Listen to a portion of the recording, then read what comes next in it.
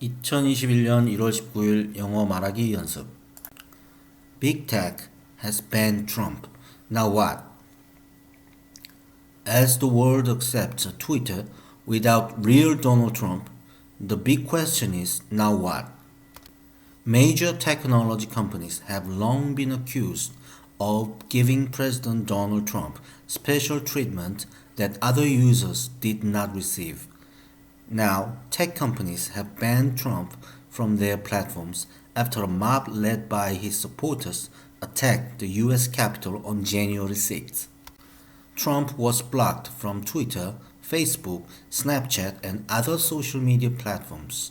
In many ways, removing the president was the easy part.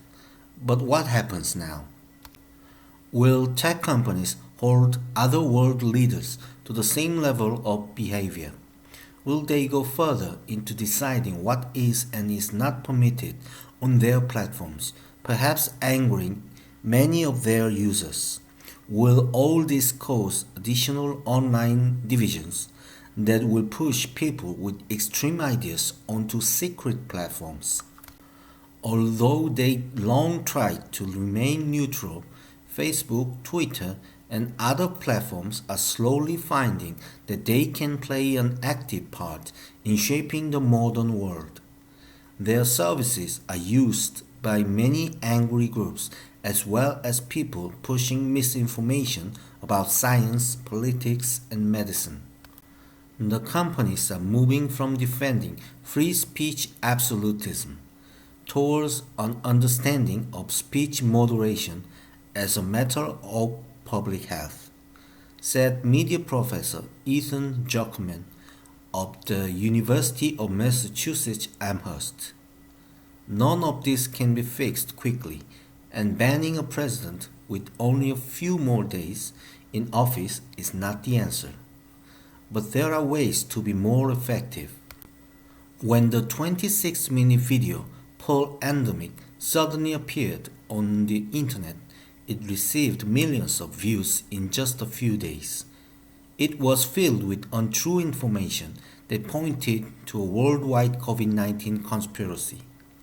Facebook, Twitter, and YouTube removed it only after the video has received millions of views. But the companies were ready for part 2 of the video. When it appeared, it was removed immediately and received very little attention. Sharing disinformation about COVID is a danger because it makes it harder for us to fight the disease, Zuckerman said. He added that sharing disinformation about voting is an attack on our democracy. It has been easier for tech companies to act on matters of public health than on politics. Corporate reactions to Trump and his supporters have led to angry cries of censorship. Such actions even drew criticism from European leaders such as German Chancellor Angela Merkel, and she has little love for Trump. Merkel's spokesman Stephanie Schubite said freedom of opinion is one of our most basic rights. He told reporters that such a right can only be removed or changed by governments, not by a decision by the management of social media platforms. That may be possible in Europe, but it is much more complex in the US, where the First Amendment of the US Constitution protects freedom of expression from government rules. However, it does not protect freedom of expression from corporate rules on privately owned communication platforms.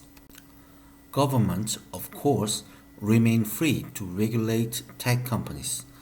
Over the past year, Trump, other Republicans, and some Democrats have called for removal of a 1996 law known as Section 230.